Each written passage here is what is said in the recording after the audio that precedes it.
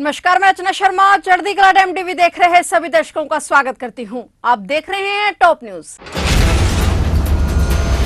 गुजरात और राजस्थान में नशीले पदार्थ बनाने वाली 4 इकाइयों पर छापेमारी के दौरान 230 करोड़ रुपए मूल्य की मेफेड्रोन जब्त की गई है और इस संबंध में 13 लोगों को गिरफ्तार किया गया है। एक अधिकारी ने बताया कि एटीएस को गोपनीय सूचना मिली थी कि अहमदाबाद निवासी मनोहर लाल एनानी और राजस्थान के कुलदीप सिंह राजपुरोहित ने मेफेड्रोन बनाने वाली इकाइयां स्थापित की हैं, जिसके बाद गुजरात आतंकवाद निरोधक दस्ते एटीएस और स्वापक नियंत्रण ब्यूरो ने संयुक्त रूप से छापेमारी की। एटीएस ने एनानी और राजपुरोहित के साथ साथ उनके सहयोगियों की गतिविधियों पर भी नजर रखी। इसके बाद राजस्थान के सिरोही और जोधपुर में स्थित इकाइयों और गुजरात में गांधीनगर के पिपलाज गांव और अमरेली जिले के भक्ति नगर औद्योगिक क्षेत्र में छापे मारे गए। एटीएस ने 22.28 किलोग्राम ठोस मेफेड्रोन और 124 किलोग्राम तरल मेफेड्रोन बरामद की, जिसकी कुल कीमत 230 करोड़ रुपए बताई जा रही है। राजपुरोहित को गांधीनगर में छापेमारी के दौरान पकड़ा गया और एनानी को सिरोही से पकड़ा गया है।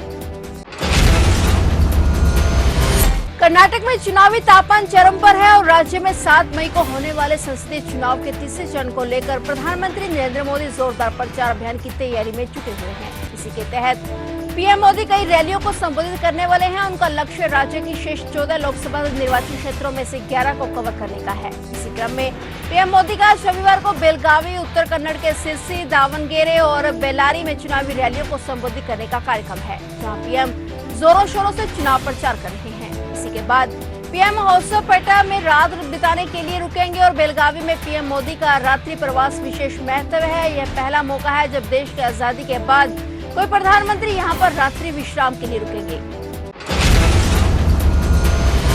दिल्ली के मुख्यमंत्री अरविंद केजरीवाल की पत्नी सुनीता केजरीवाल सीएम की गैर हाजिरी में खुद चुनाव प्रचार कर रही हैं। सुनीता केजरीवाल ने कल शाम को पूर्वी दिल्ली से आम आदमी पार्टी के लोकसभा प्रत्याशी के समर्थन में पहला रोड शो किया और इसी के तहत सुनीता आज रविवार को पश्चिमी दिल्ली लोकसभा क्षेत्र में भी रोड शो करने के लिए निकली हैं। पार्टी नेताओं ने कहा कि सुनीता केजरीवाल दक्षिणी दिल्ली और नई दिल्ली पर निर्वाचन क्षेत्रों के साथ साथ गुजरात, हरियाणा और पंजाब में भी आप उम्मीदवारों के लिए प्रचार करेंगी। रोड शो के दौरान सुनीता केजरीवाल ने कहा कि अरविंद केजरीवाल शेर हैं, उन्हें कोई भी तोड़ या झुका नहीं सकता। एक वाहन में सवार सुनीता केजरीवाल निर्वाचन क्षेत्र में मतदाताओं का हाथ जोड़कर अभिवादन करती नजर आई। उन्होंने कहा कि दिल्ली के मुख्यमंत्री को जेल में डाल दिया गया क्योंकि उन्होंने स्कूल बनवाए, मुफ्त बिजली मुहैया करवाई और मोहल्ला क्लिनिक खोले। उन्होंने अपने पति को भारत माँ का लाल कहा और उन्होंने जेल का जवाब वोट से का नारा लगाया। मुख्यमंत्री फिलहाल अब रद्द की जा चुकी आबकारी नीति से जुड़े धन शोधन मामले में तिहाड़ जेल में बंद है।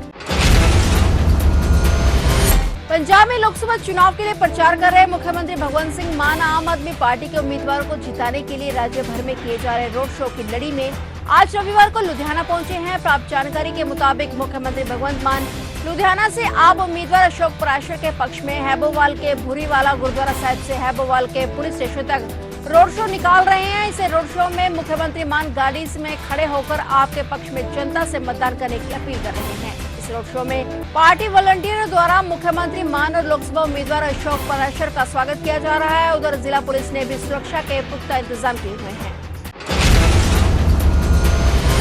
लोकसभा चुनाव से पहले दिल्ली में कांग्रेस को बड़ा झटका लगा है। पार्टी के प्रदेश अध्यक्ष अरविंदर सिंह लवली ने इस्तीफा दे दिया है। कहा जा रहा है कि अरविंदर सिंह लवली आपके साथ गठबंधन से नाराज चल रहे थे, इसके कारण उन्होंने पार्टी से इस्तीफा दे दिया है। दिल्ली कांग्रेस के प्रदेश अध्यक्ष ने उस समय इस्तीफा दिया है जब 1 महीने के अंदर ही दिल्ली में लोकसभा चुनाव का मतदान होने वाला है। ऐसे में प्रदेश अध्यक्ष का इस्तीफा देना किसी झटके से कम नहीं है।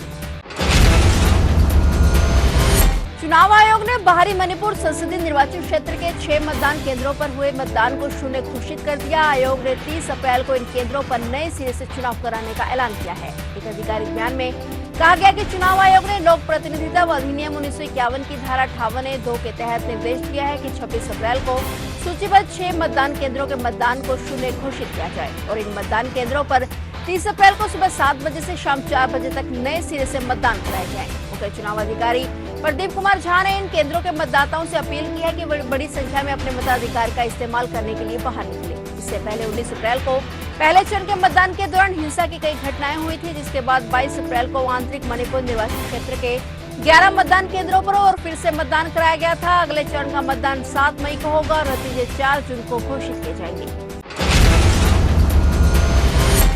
लोकसभा चुनाव 2024 के लिए 2 चरणों का मतदान संपन्न हो चुका है। अब तीसरे चरण के लिए चुनाव प्रचार अभियान उफान पर है। हर पार्टी जनता को अपने एजेंडे के प्रति आकर्षित करने में जुटी हुई है। इन सबके बीच पश्चिम बंगाल हॉट स्टेट बना हुआ है। भाजपा के राष्ट्रीय अध्यक्ष जेपी नड्डा ने मुख्यमंत्री ममता बनर्जी पर तगड़ा हमला बोला है। उन्होंने कहा कि ममता दीदी ने बंगाल को क्या बना दिया है। बता दें कि संदेशखाली में देसी और विदेशी देह हथियारों की बरामदगी के बाद पश्चिम बंगाल की चुनावी राजनीति और गर्मा गई है।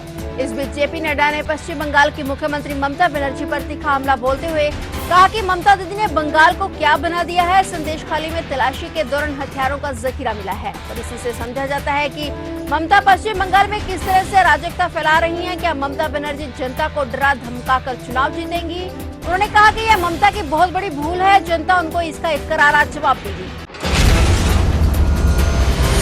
दक्षिणी चीन के गुआगंजो में बवंडर से तबाही मची हुई है। वहां बवंडर में कई लोगों की मौत हो गई, जबकि 40 से अधिक लोग घायल हो गए हैं। चीनी सरकारी मीडिया के हवाले में जानकारी मिली है कि दक्षिण चीन में लगभग 1 करोड़ 90 लाख लोगों की आबादी वाले शहर गुआगंजो में स्तर 3 की तीव्रता वाले बवंडर आए हैं। रिपोर्ट के मुताबिक बवंडर में 141 फैक्ट्रियों की इमारतें तहस नहस हो गई, लेकिन कोई भी आवासीय घर नहीं गिरा और इसके बाद फौरन प्रशासन द्वारा खोज और बचाव अभियान चलाया गया है।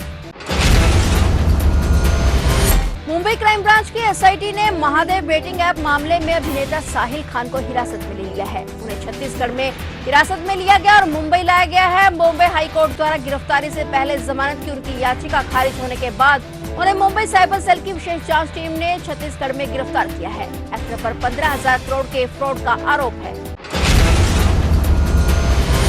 आप विधायक अमानतुल्लाह खान को अभी राहत मिलती नजर नहीं आ रही। कल आप विधायक अमानतुल्लाह खान को जमानत मिली थी कि ईडी ने फिर उन्हें ईडी के समक्ष पेश होने के लिए सम्मन भेज दिया है। ईडी ने आम आदमी पार्टी के विधायक अमानतुल्लाह खान को उनकी अध्यक्षता के दौरान दिल्ली वक्फ बोर्ड में कथित अनियमितताओं से जुड़े धन शोधन मामले में अगले हफ्ते फिर से पेश होने को कहा है। सूत्रों के अनुसार आप विधायक को 29 अप्रैल को पेश होने और धन शोधन निवारण अधिनियम में पीएमएलए के प्रावधानों के तहत अपना बयान दर्ज कराना जारी रखने के लिए कहा गया है। ओखला विधानसभा सीट से आम आदमी पार्टी के विधायक से केंद्रीय एजेंसी ने पिछले सप्ताह लगभग 13 घंटे तक पूछताछ की थी।